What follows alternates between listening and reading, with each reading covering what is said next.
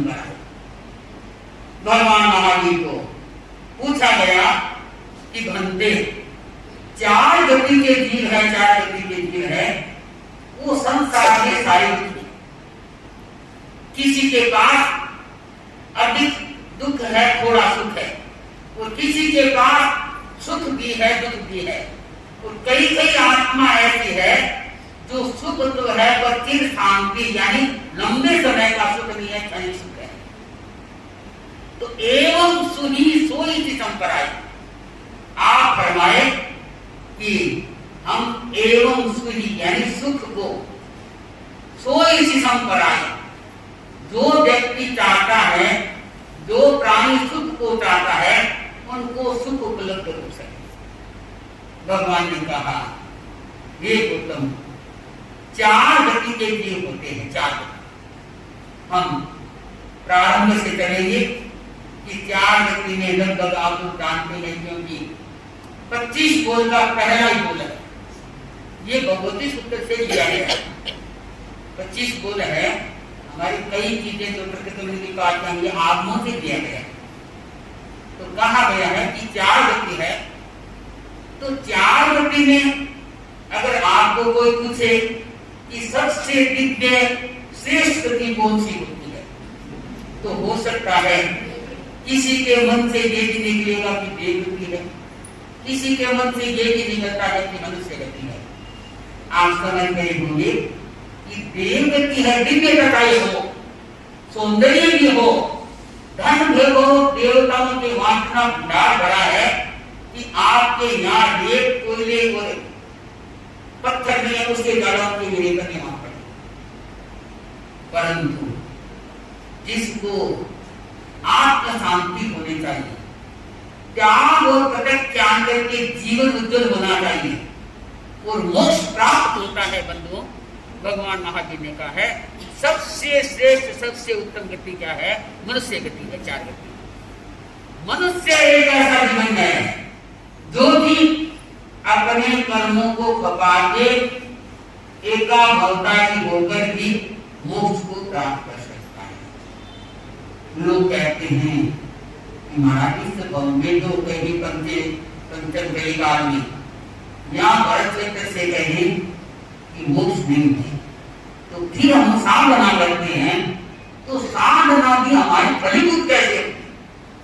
बंधुओं, भगवान विगुणाई रयम परेकरम समयम गोयम महात्मा ये उत्तम विविध प्रकार विविधाई रयम परेकरम, रयम व्रत कर्मों की रखती, विविध प्रकार के कर्मों से हम आए हैं।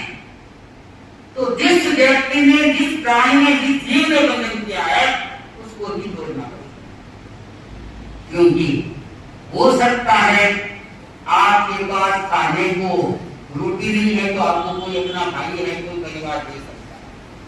हो सकता है आपके पास रहने के लिए स्थान नहीं है तो वो भी आपको, आपका कोई विदेशी है, मित्र है, सहयोगी है, वो आपको स्थान दे सकता है।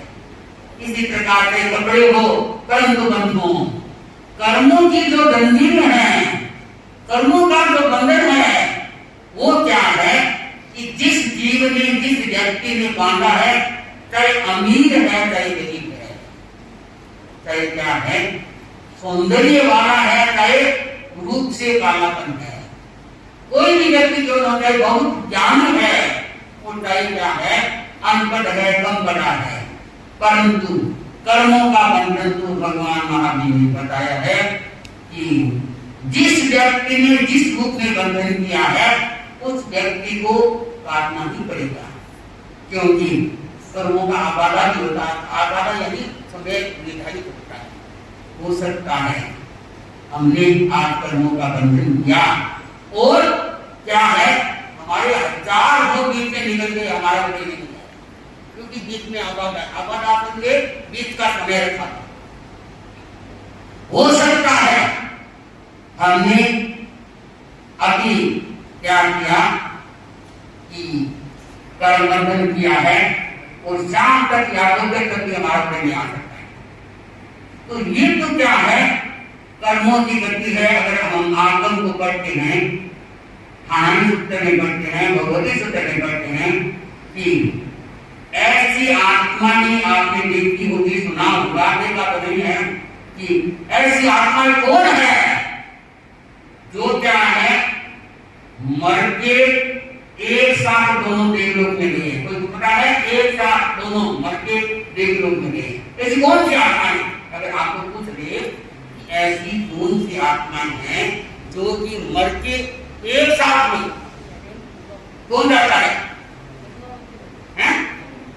एक साथ में मर के देवलोक में गए एक साथ, तो आप बताएंगे कि बताया गया है आदमी में कि मर के एक साथ में वो ही सजोड़े आत्मा ला सकती है जो युगलिक आत्मा, युगलिक आत्मा है, अपने आत्मा में आया है, वो एक साथ में देवलोक में गए।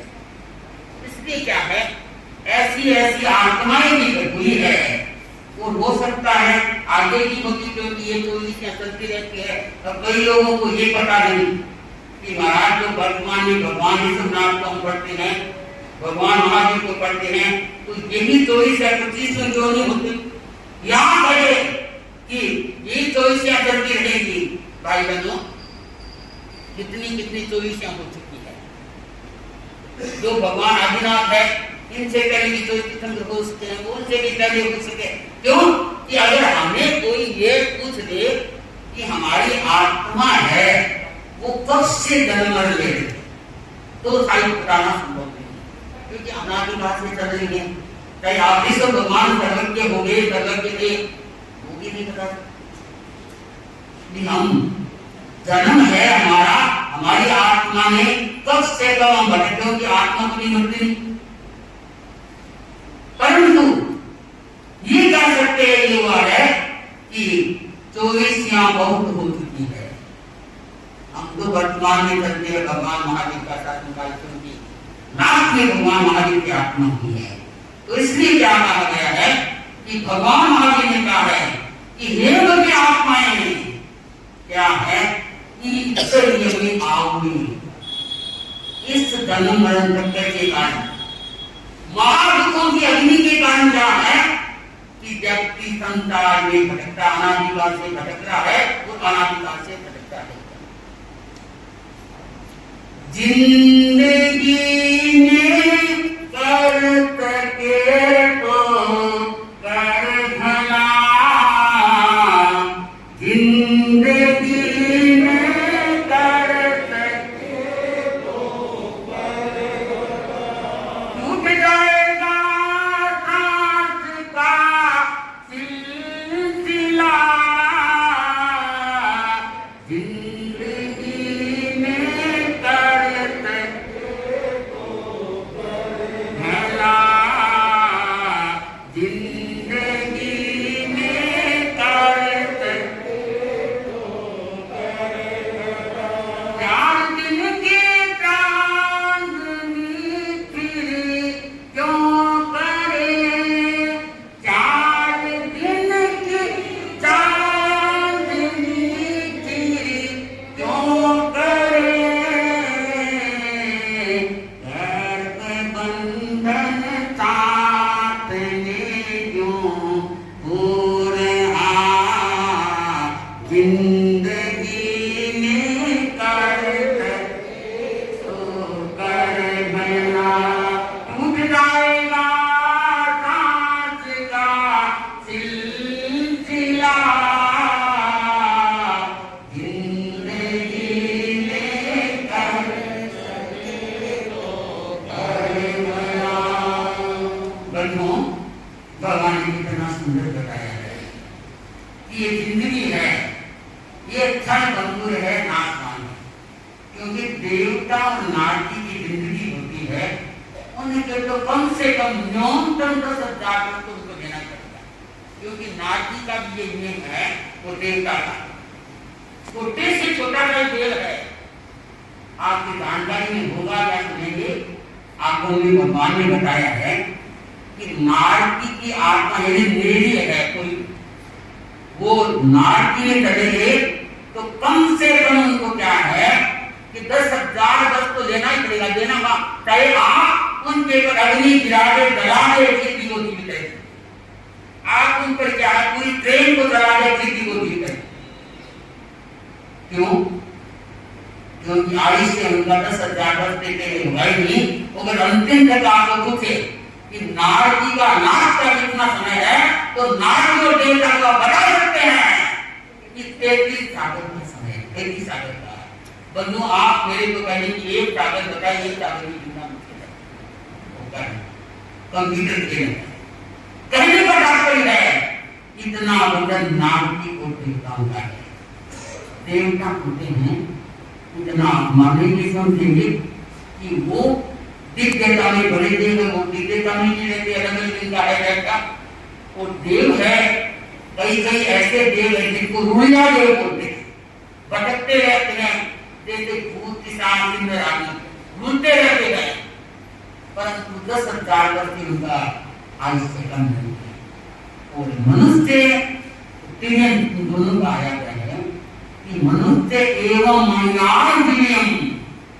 बंधुओं भगवान राम जी ने बताया है कि ये भगवान मनुष्य के अंदर एक ऐसी शक्ति है जो शक्ति अंतर की अगर चेतना को जागृत करे तो वो चाहे वो काम कर सकता है, पर हमारे अंदर की श्रद्धा और भक्ति अद्भुत होनी चाहिए। क्योंकि जहाँ अद्भुत शक्ति भक्ति होती है वो व्यक्ति एक दिन कर्मों के बंधों को तोड़ के अपनी आत्मा को उज्जवल बनाएगा, परंतु क्या है, लौकिक और लोकोत्तर धर्म को समझता है। सब जानते हैं कि लोकोत्तर धर्म है संसार समुद्र से ताड़ने, और लौकिक धर्म है वो गृहस्थ का धर्म है, गृहस्थ का पालन करता है, गृहस्थ को जाना साफ समझेंगे तो गृहस्थ साधु निकलने के गृहस्थ कहे। बंधु गृहस्थ देव होना एक बात है, तो अपनी नींवों को आज भी जानते हैं कि भगवान ने गांव धम्मे नगरे धम्मे रक्त धम्मे ऐसे 10 प्रकार बताए। अब आप अपना स्वयं चिंतन करेंगे, मैं कितना सेवा भाई हूं जो कि परिवार में रहते हुए परिवार के जन को जैसे मेरे वृद्ध माता पिता है, मेरे परिवार जन है, उनकी सेवा में कर रहा हूं। मेरा क्या है, संसारिक धर्म है, लौकिक धर्म है। और वो आश्चर्य बात है कि लोग है पूरा रो रही कि हम बड़े दुखी हैं, बड़े बड़े के गुरु ने देखा है, छोटे गुरु ने भी देखा है कि रो रहे हैं और ये प्रार्थना कर रहे हैं कि हमने कभी ये नहीं सोचा कि ऐसा बुरा पाएगा, ऐसी बात क्यों होता है कि व्यक्ति दुखों की अग्नि में प्रज्वलित है। तो मैं आपको एक नावे की घटना है, बहुत सुंदर है, बड़ी क्या है, सुनते हैं तो शायद आपको पानी लिया जाता है, पर उसको मैं प्रारंभ करूं इससे पहले मैंने सोचा है कि आगम के उदाहरण को ही साथ लें, इनके साथ ही चलें, ताकि आपने नाम भी सुना होगा, पूर्व बहु सुना या नहीं सुना मैं नहीं मानती जानती, तो ये भी आपको साथ साथ में सुनने को मिलेगा।